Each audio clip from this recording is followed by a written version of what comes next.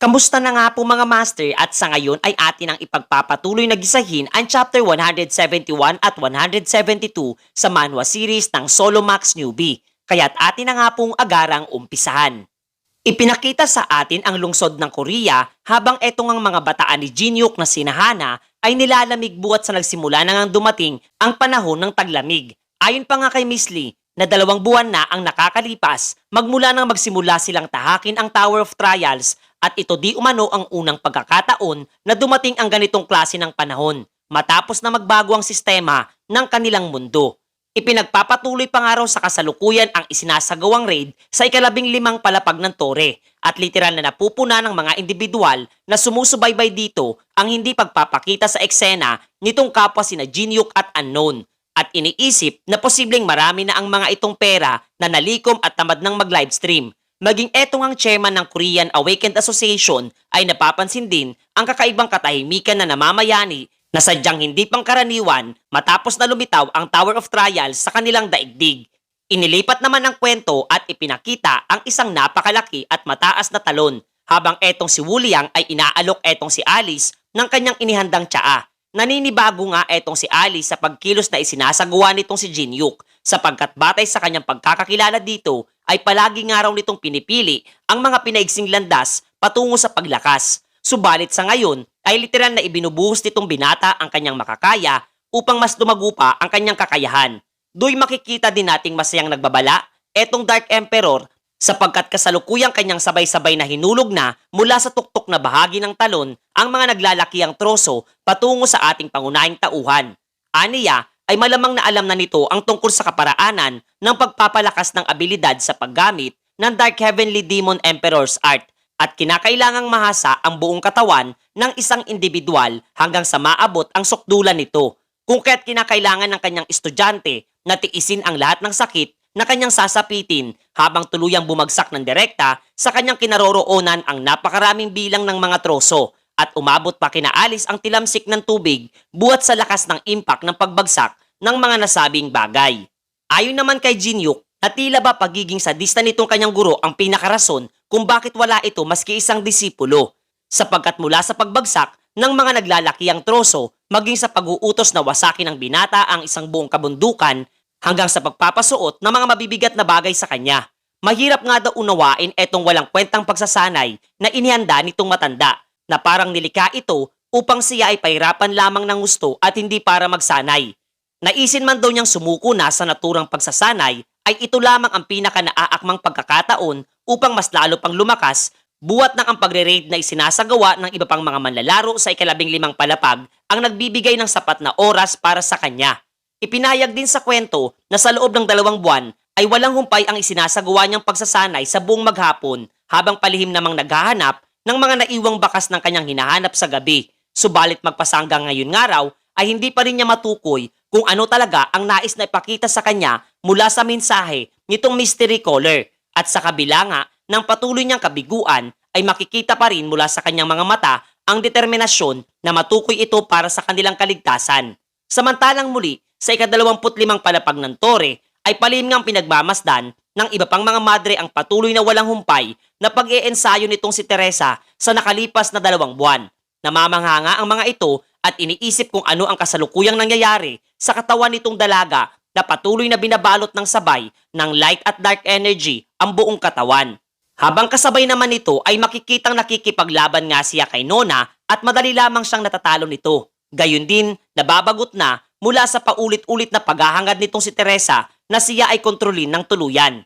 Minamaliit nga nito ang kanyang kakayahan at nagliyang iwinasiwas ang kanyang espada patungo sa dalaga at ang atake nga nitong si Nona ay kapwa tinanggap din ng pisikal niyang pangangatawan at kasabay na napasukan ng dugo etong dalaga mula sa pinsalang kanyang natamo. Masusing pinagmamasdan naman siya nitong magkapatid at bagyang nadidismaya pa nga at di nila magagawang paslangin etong si Nona. Ninais na nga ng mga ito na magpahinga at kumain na muna, ngulit literal na buo ang determinasyon itong dalaga na labanan ang kanyang isa pang katauhan. Habang nagrereklamo na nga sina Cassie at nais na munang ihinto niya ang isinasagawang pagsasanay. Do'y makikita din nating nayayamot na maging itong si Nona hinggil sa patuloy na pakikipaglaban sa kanya nitong si Teresa na wala ngang planong huminto hanggat hindi siya nagtatagumpay. Doy napangiti na nga lamang etong kanyang iba pang pagkatao at muling sinimulan ang kanilang sagupaan. Ipinakita din etong soul-chasing Seyang kasama si Baek Sholin na pinagmamasdan etong si Chun Yusong na sumasailalim din sa matinding pagsasanay sa nakalipas na 2 buwan. Subalit naguguluhan nga ito hinggil sa kung ano ang rason kung bakit kinakailangan nitong mag-training nang walang anumang pang-itaas na kasuotan na sinagot naman itong si Seyang na dahil nga raw mas nagiging katakam-takam pagmasdan etong si Chun Yusong habang nasa ganoong estado.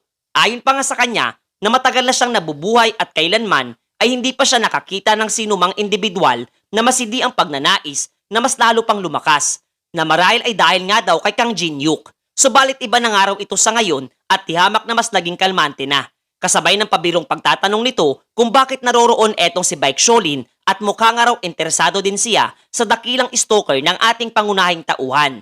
Ngunit ayon naman sa kanya na tanging naroroon siya upang ipagbigay alam ang isang nakababahalang mensahe, sapagkat kasalukuyang nagsisimula na nga raw magkaroon ng lamat ang kasunduan sa pagitan ng Murim Alliance at Heavenly Demon Divine Cult buwat sa kabiguan sa nagdaang pakikipag-agawan sa World 3 kontra sa Holy Empire.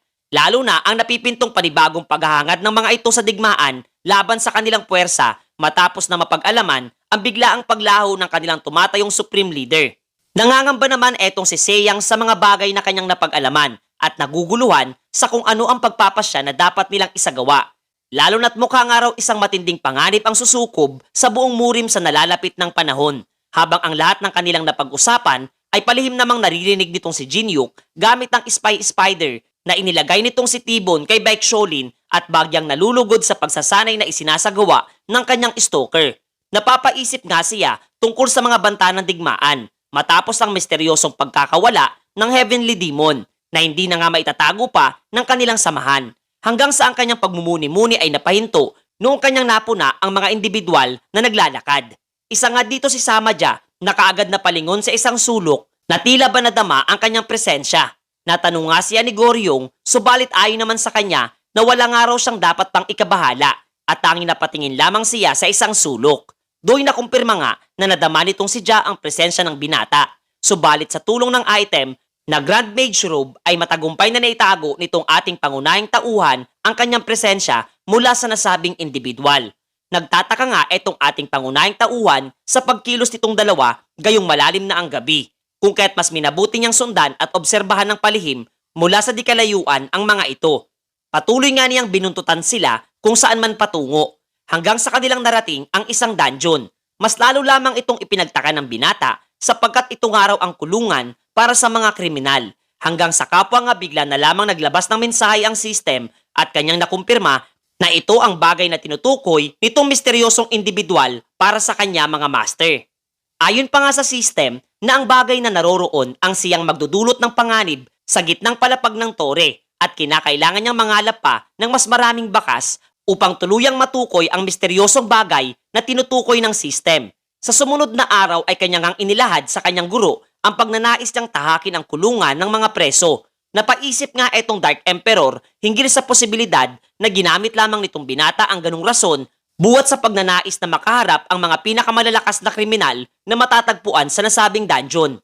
Agad naman itong pinabulaan na ng binata at seryosong inilahad ang tungkol sa kanyang naiisip na mayroong bagay na itinatago mula sa kanyang guro etong sinasama dya, buwat sa palagi nga raw ang mga ito ay tinatahak ang nasabing lugar gabi-gabi na talagang pumukaw sa atensyon nitong matanda. Pagkaraan nga nito ay ipinakitang tarangkahang bahagi ng dungeon at literal na pinagpapawisan etong mga gwardyang nagbabantay matapos na masilayang naroroon sa kasalukuyan etong kanilang Dark Emperor. Masaya nga niyang binati ang mga ito at pakunwaring isinaad na kaniyang isasama ang kanyang disipulo sa loob ng kuweba upang magsagawa ng pagsasanay.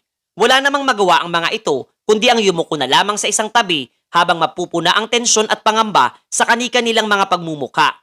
Buwat ng silang araw ay malamang na nakikipagsabuatan dito kay Samaja at anumang oras ay posibleng makaabot na sa kanyang kaalaman ang pagtahak nila sa loob ng dungeon. Pinaalalahanan naman siya ng kanyang guro na mag-iingat sapagkat napakarami nga raw mga limaw na tinatawag na dokaibi ang matatagpuan sa loob nito na nagsisilbing tagapagbantay upang hindi makapasok ang sinumang mga individual nang walang anumang paintulot. Patuloy nga lamang ang mga ito na nasa isang tabi buhat sa nagtataglay nga ng isang talisman na pantaboy ng mga nasabing nilalang etong Dark Emperor. Do'y nagsimula nang magtanong etong matanda kung bakit siya nito inayang tahakin ang loob ng dungeon at ano ang nalaman nito tungkol kay Samaja. Napangiti naman etong si Jinyuk at inilahad na nag-aalala nga daw siya para sa kaligtasan ng kanyang guro sapagkat kanya nakikita ang galit ni Samaja para dito sa kanya at hindi siya makakapayag na manood na lamang sa isang tabi habang gumagawa ng kaduda-dudang bagay etong si Samaja.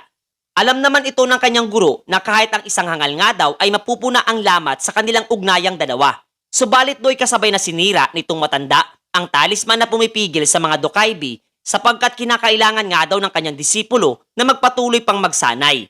Saad pa nga ng Dark Emperor na marahil isang napakahalagang bagay ang dapat nilang malaman tungkol sa ikinikilos nitong si Samaja. Subalit hindi maaaring mahinto o maantala ang pagsasanay nitong si Jinyuk. Kasabay na inatasan etong binata na paslangin ang lahat ng mga Dokaibi gamit lamang ang kanyang mga kamao habang siya ay mananatili lamang na nakaupo at manonood sa isang tabi. Kung kaya't wala nang nagawa pa etong ating pangunahing tauhan kundi sundin na lamang ang nais na ipagawa sa kanya ng kanyang sadistang guro. Sa ibang dako naman ay makikita etong si Goryong na marahan pang umaawit habang ninanamnam ang kapayapaan sa paligid buhat ng walang araw doon etong Dark Emperor. Subalit agad din lamang nahinto ang kanyang kasiyahan mula sa malakas na sigaw ng isa sa kanilang mga subordinate at agad na ipinagbigay alam dito kay Goryong ang biglaang pagpunta nitong Dark Emperor at ng kanyang disipulo sa loob ng kanilang kulungan na labis nitong ikinabahala. Sa kabilang banda naman ay nagsimula na etong si Jinyuk na kumilos at gamit ang Dark Heavenly Demon Emperor's Art ay madali lamang niyang pinulbos ang napakaraming bilang ng mga Dokaibi na sumasalakay patungo sa kaniya. Tuwang-tuwa naman etong Dark Emperor sa husay at paglago di umano ng kakayahan mayroon etong kanyang disipulo hanggang sa nahintunga siya nung kanyang masilayan ang kakaibang bagay sa katawan nitong Dokaibi na unang beses pa lamang niyang nasilayan sa tanang ng kanyang buhay. Ito ang tinatawag na Fragment of Ember na hindi maaaring pakinabangan hanggat wala sa kanyang pangangalaga ang isang partikular na item. Ayon pa nga sa binata na imposibleng magtaglay ng anumang EXP o item ang ganitong mga nilalang. Pwera na lamang kung mayroong individual na naglagay ng mga ito sa kanilang katawan. Nagtataka nga rin etong Dark Emperor at napapaisip sapagkat ito marahil ang isa sa mga misteryong nais matuklasan nitong binata at malamang ay may kaugnayan ito kay Samaja na dapat nga raw niyang direktang kausapin sa ngayon mga master. Napaisip nga ang kanyang guro at sumang-ayon sa kanyang naging panukala at naiwang mag-isa sa kasalukuyan etong si Jinyuk upang ipagpatuloy ang kanyang pag-oobserba sa naturang lugar. Do'y nagpakita na rin etong sina Wuliang at Alice na bagyang nababahala sa posibilidad na muling magsipaglabasan ang napakaraming Dokaibi. Napaisip nga rin etong si Jinyuk at matapos nga lamang ang ilang saglit ay nagsimulang magpakita na nga ang pulutong ng mga nasabing halimaw kung saan etong si Tibon ang kanyang inatasan na harapin ang mga ito. Nais nga nitong ipakita ang paglago ng kanyang abilidad sa kanyang master na pinuri nga nitong binata sa kabila nang di naman niya ito pinagtutuunan ng pansin. Nagpatuloy nga etong tatlo sa malalim na bahagi ng dungeon habang eto namang Dark Emperor ay nakabalik na sa kastilyo na agad dinanap etong si Samaja dito sa tensyonadong si Goryong.